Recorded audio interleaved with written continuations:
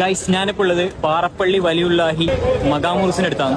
കുഞ്ഞുനാൾ തൊട്ട് എനിക്കറിയുന്ന കാലം മുതലേ അച്ഛന്റെ അമ്മയുടെയും കൈപിടിച്ച് ഞാനിവിടെ വന്നിരുന്നു. നിങ്ങളിനി ഏത് മതത്തിലുള്ളവരോ ആയിക്കോട്ടെ, പ്രശസ്തമായ ഈ കാണുന്ന പാറപ്പള്ളി മഖാമിലേക്ക് വരാൻ ഒരു മതമോ ജാതിയോ ഒരിക്കലും തടസ്സമാകില്ല. അകത്ത് കയറി പ്രാർത്ഥിക്കാം. മഖാമിന്റെ നേരെ മുന്നിലായിട്ട് കുടിവെള്ളം ഒരുക്കി വെച്ചിരിക്കുന്നു. ഭക്തജനങ്ങൾ മഖാമിലേക്ക് നേർച്ച കൊടുത്ത ആടുകളാണ് ഈ കാണുന്നത്. മറ്റൊരു സമയത്ത് ഒരു തവിട്ട് നിറമുള്ള ആടിനെ നേർച്ച സമർപ്പണത്തിനായി മഖാമിലേക്ക് കയറ്റുന്നു. ഈ ചില്ലിൻകൂടിനകത്ത് കാണുന്നതാണ് ഔലിയ. ഔലിയക്ക് ചുറ്റുരുന്ന് പ്രാർത്ഥിക്കുന്ന ഭക്തജനങ്ങളെയാണ് നിങ്ങൾ കാണുന്നത്. ഒട്ടനവധി ഔലിയാക്കൾ നിങ്ങൾക്ക് ഇതിന്റെ അകത്ത് കാണാം. ഈ കുട്ടി എന്റെ കയ്യിൽ തരുന്ന ഈ പൊരി ചീരണിയാണ്, അതായത് ഈ പള്ളിയിൽ കിട്ടുന്ന പ്രസാദം. തൊട്ടപ്പുറത്ത് ഞാനൊരു വിളക്ക് കണ്ടു. മഖാമിൽ ഒരു വിളക്ക് ഉണ്ട് എന്നറിയുന്നതും കാണുന്നതും ഇതാദ്യമായിട്ടാണ്. വിളക്കിനകത്തുള്ള വെളിച്ചെണ്ണ ദേഹത്ത് പുരട്ടുകയും കുറച്ച് ബോട്ടിലാക്കി വീട്ടിലേക്ക് കൊണ്ടുപോവുകയും ചെയ്യുന്നു. ഇതും പ്രസാദമായാണ് ഭക്തജനങ്ങൾ സ്വീകരിച്ചു പോകുന്നത്. ഈ കാണുന്നതൊക്കെയും നേർച്ച സമർപ്പണങ്ങളാണ് കേട്ടോ. ചന്ദനത്തിരി കത്തിച്ചു വെച്ചും കുറച്ചുപേർ പ്രാർത്ഥിക്കുന്നുണ്ട്. ഈ കാണുന്നതാണ് പുറത്തുള്ള ഭണ്ഡാരം. പുറത്ത്